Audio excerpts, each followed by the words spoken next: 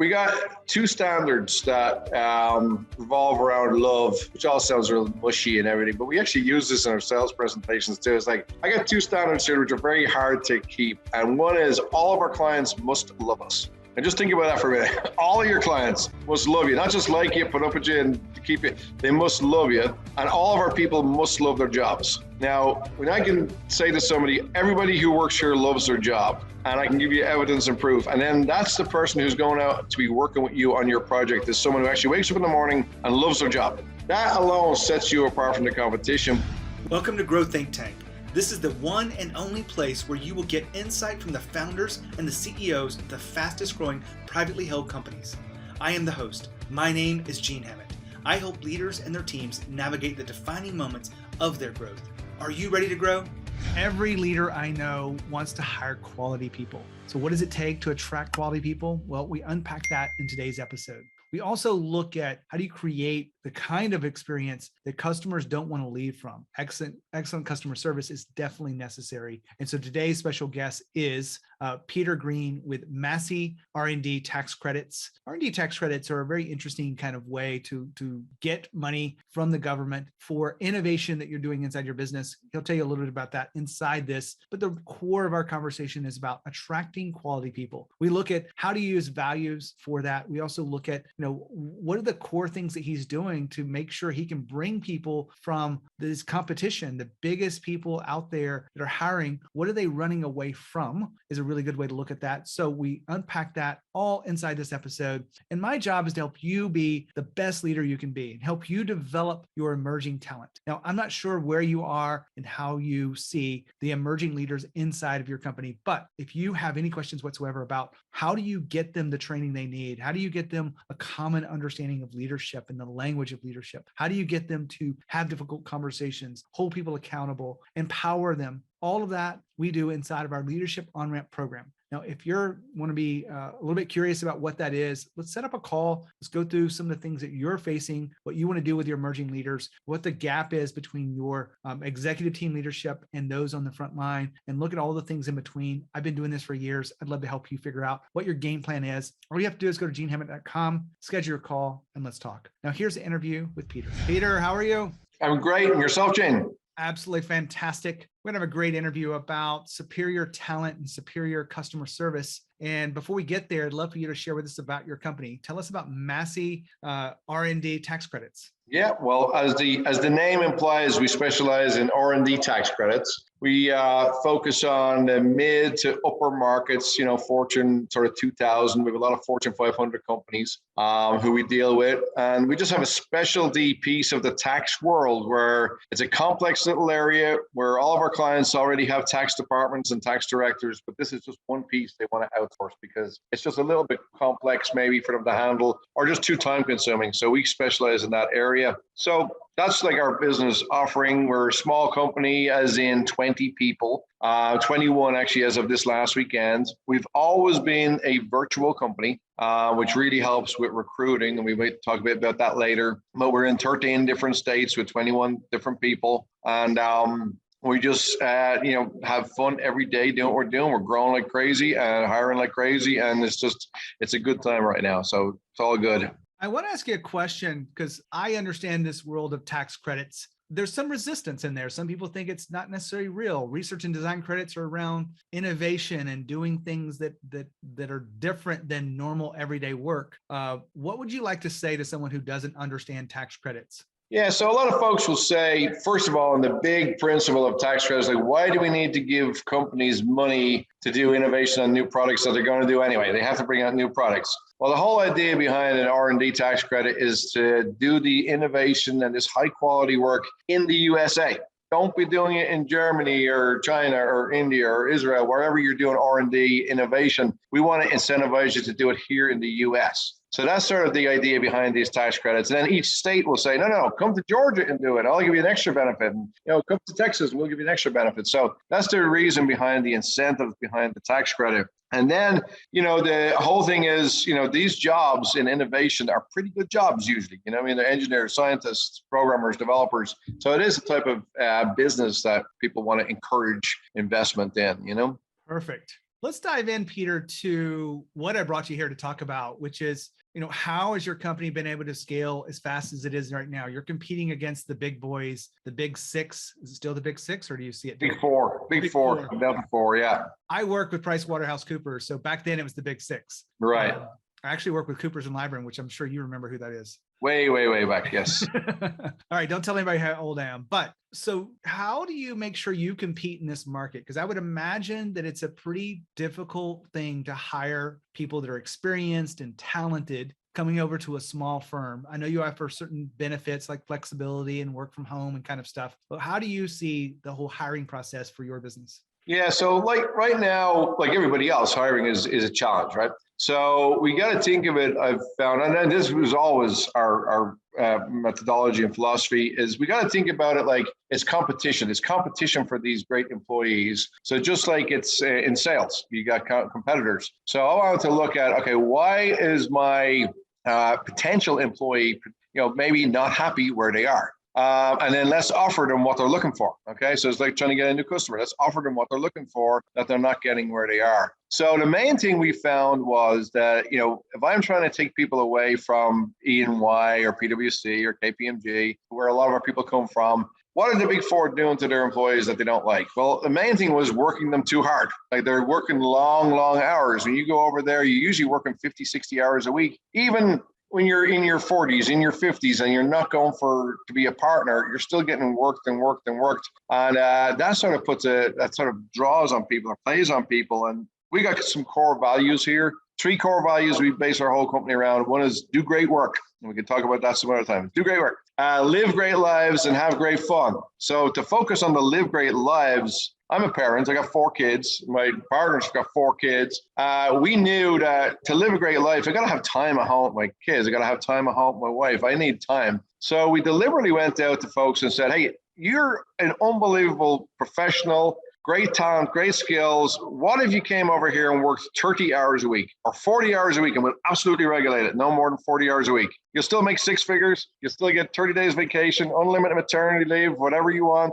But you're only working 30 or 40 hours a week. And suddenly we're getting the top talent from these big firms saying, I really like that deal. I'd really like to coach my kids' soccer team, baseball team, go to Little Sally's Valentine's Day play, whatever it is. Like, give me the great life I want, but I don't want to have to give up my career to be a stay-at-home mom or dad. I want the best of both worlds. And we really focus on that. And, we weren't just focusing on women, we're focused on parents and family people. But it turns out that now 80% of our employees are moms. I love this idea of analyzing what they don't like at the others and being able to create an employee experience really that aligns with their internal life, their own personal values. The 30 hours a week has got to be pretty enticing, especially because we're recording this the day after tax day. And most of the people you're probably trying to attract have just been through. They've been through another busy season. Yeah, and they hate life. They're suddenly breathing again. And the funny thing is, Gene, 30 hours a week, it's not a part-time job. It's 6 hours a day, right? And I know a lot of employers who would love a good 6 hours a day from all of their people, right? So it's a part-time job. And now I'm not saying all of our people don't work 30, a lot of them are working 40, but we don't go over 40. We actually have processes to track their hours.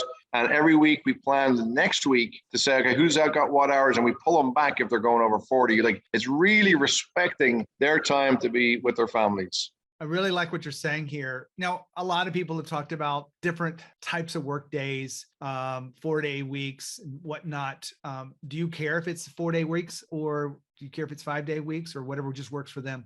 We like it to be around regular business hours, but with a lot of flexibility in there. All of our projects are team projects. We have 3 or 4 people on a team working on this client, so they have to be around at the same time. But if you're starting at 10 a.m. or you're working at 8 a.m. or 8 p.m. in the evening, that's in the range type of thing. That's in the range, right? But pretty much it is 5 days a week. Working that sort of main range, just so you're available to meet with your peers. And we do everything on Zoom. We don't even call each other ever anymore. It's just put the face up there. I don't want someone sitting in their basement at home feeling like they're on their own working on spreadsheets for 6 months without talking to anybody. It's all faces. So we've always been virtual, let's say, before the pandemic. So we kind of got used to how to do it right, Now, we're talking about quality people. What else do you do to make sure that you're able to create a workplace where quality people want to work?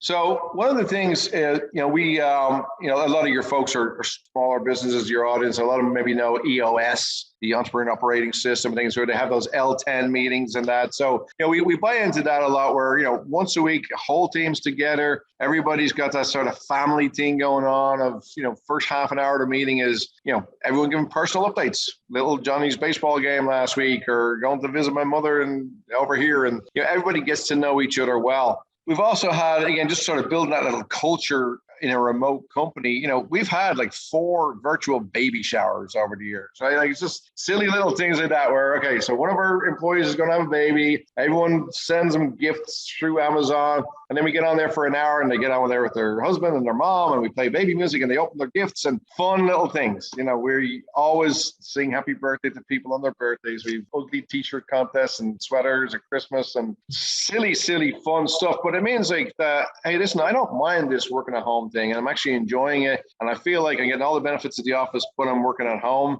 But also, paying 100% of people's healthcare for them and their whole family, things like that really help as well. You know what I mean? But you got to, sometimes it's expensive, but you got to do it for the right talent to offer the level of service we need to. It can be expensive and it can be time consuming, but 100% worth it, Well, we've been talking about what does it take to attract quality people, and you've been outlining some of this. I want to ask you one final question in this theme is what really do you feel like is the leadership principles that guide this company to create that kind of place that people are attracted to? Yeah, so we got 2 standards that revolve around love, which all sounds real mushy and everything, but we actually use this in our sales presentations too. It's like, I got 2 standards here which are very hard to keep. And one is all of our clients must love us. And just think about that for a minute. All of your clients must love you, not just like you, put up with you and keep you. They must love you. And all of our people must love their jobs. Now, when I can say to somebody, everybody who works here loves their job, and I can give you evidence and proof, and then that's the person who's going out to be working with you on your project is someone who actually wakes up in the morning and loves their job.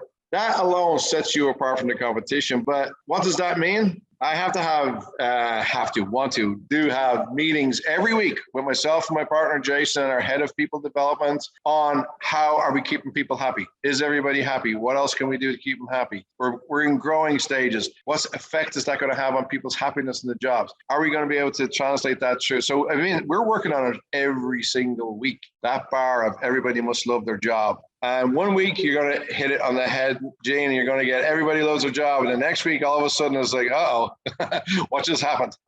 Let's go back and revisit, So it's not perfect always, but it's a constant focus. Everybody must love their job, and then all of our clients must love us. So hopefully that answers your question there. But it's a constant focus, and it's constant, it's constant meetings, finding out what people like, where are they in their jobs right now, and how do we keep them happy? Now, Peter's just talking about the meetings each week he has to keep people. How do you keep your top talent? Well, you've got to do one thing really well, and it's not that hard, but people just don't take the time to do it. I'm going to share with you what that is right now, and here it is. You ask them. If you want to make sure people don't want to leave, you have conversations with them, asking them questions about their work, what's exciting to them, what's getting in the way, what frustrates them. And if you really pay attention to what's going on there, there's gold, because it will tell you where your culture is, where you can make improvements. And you will also tell you where people are in their level of engagement, their level of inspiration around what you're doing and where you're going. Are they completely bought in or not? All you have to do is ask them, take the time and do it. Back to Peter. Well,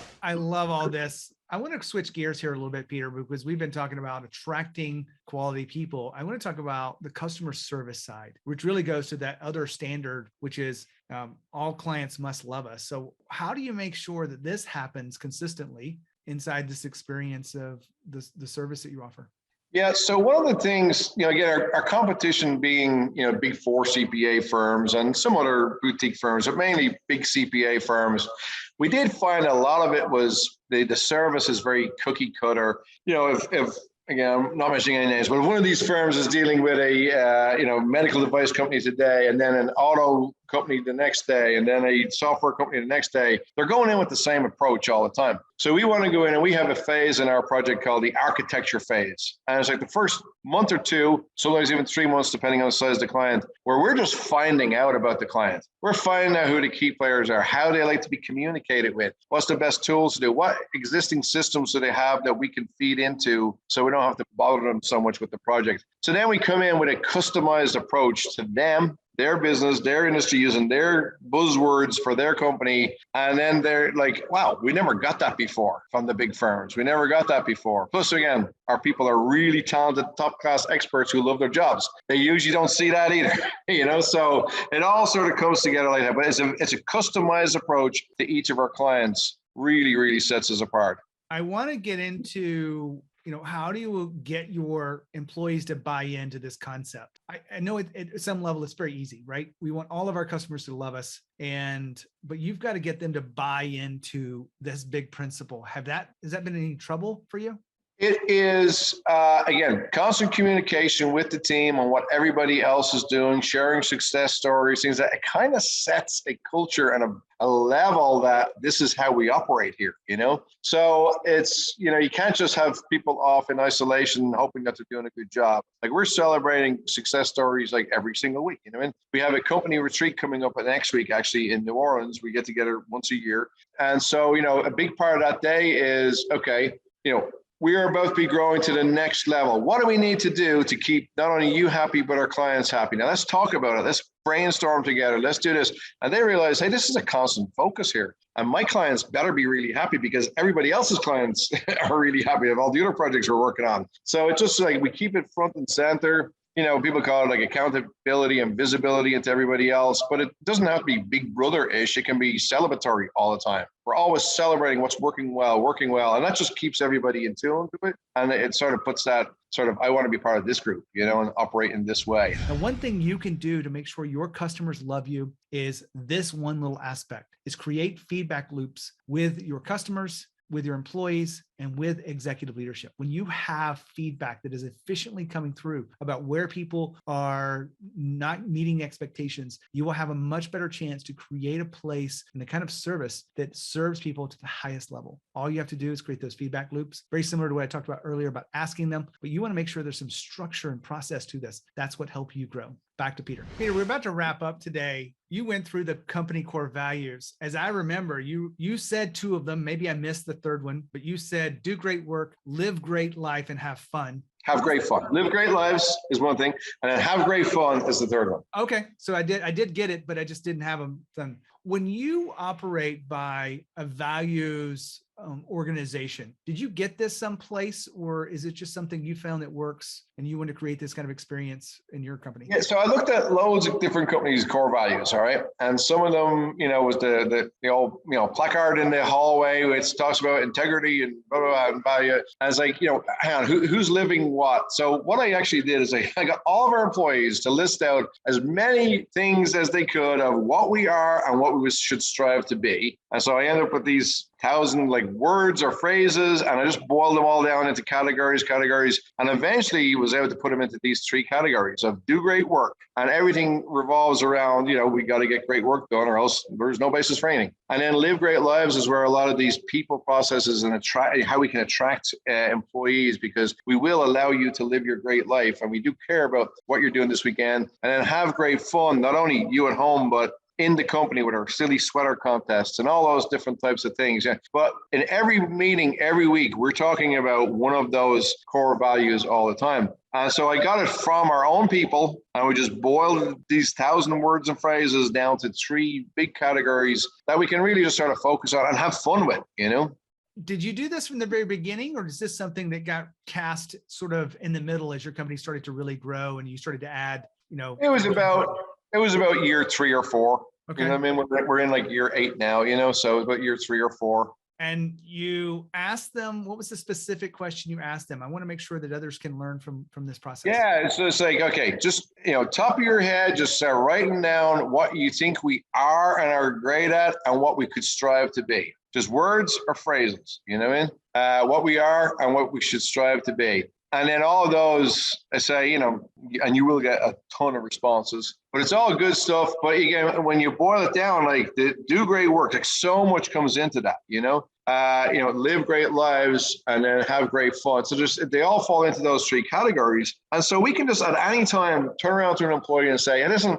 are you really living a great life? Like I'm really concerned about you because I'm not seeing it in you, right? Or if it's issues with where, hey, our standard here is do great work. I don't care how long it takes or what it does to our hourly yields or whatever. Get the client happy. Do great work. Like, let's get back to that. But it might take another 2 weeks. Doesn't matter. Get the client happy. It might cost this. Doesn't matter. Do great work. And then have great fun. We just always have to stop ourselves and go, hang on, we haven't done any fun events lately. Let's do a fun event. Let's do this. Let's send everybody, silly socks for Thanksgiving or something like that. And then the pandemic came. Everyone got silly masks this week and this, just silly stuff. It was whatever it takes. Have some fun, I'm going to be honest with you. Most people don't think that CPAs can have fun. Well, luckily, we're not all CPAs. So only half of our team are CPAs, but I'm not a CPA. No, so we are in the tax world, but we are a different breed. And, and as I'm interviewing people, if I don't feel this person can have fun, they're not getting past the first interview, So I want people who can have fun and actually can tell me why they want to live a great life. And usually it's like, I can't do this at my current employer. This is what I'm looking for. And a lot of times they have to apologize for wanting time off to coach their kids' stuff, whatever. It's like, no, you're not apologizing for that here. We're encouraging it. And we want to see photos on Friday at our Friday meeting, So you need to make that the focus. And I'm, obviously hoping, but, very confident that my folks won't be leaving anytime soon to go somewhere else for an extra little increase in pay or something. Because hopefully we're giving them everything that's a complete life. It's not just a paycheck, which paycheck should be pretty good too, but it's, giving them that complete life that we like to offer them here. Peter, we've had a great time talking about attracting quality people, but also, creating an incredible experience for your clients. I really appreciate your time being here. Gene, it was my pleasure. I hope we get to do it again soon. Wow, what a powerful interview. I love everything about what he's talking about how they use values. I'm not sure if you caught on this, but they use their values in every meeting that they have. Each week, they're taking a moment to use the values as a way to get grounded and express and congratulate people who are in line with those values. And it really is an exciting way to use values. Now, there's many other ways, but we unpack a lot of the different things about attracting quality people to your company. Hopefully you got a lot out of this episode. My job is to help you be the best leader you can be the leader that your people deserves. If you have any questions about what it takes for you to step up your leadership skills, be an extraordinary leader, just go to genehammett.com and schedule your call. I'd love to talk to you about what's going on. When you think of leadership and you think of growth, think of Growth Think Tank. As always, lead with courage. We'll see you next time.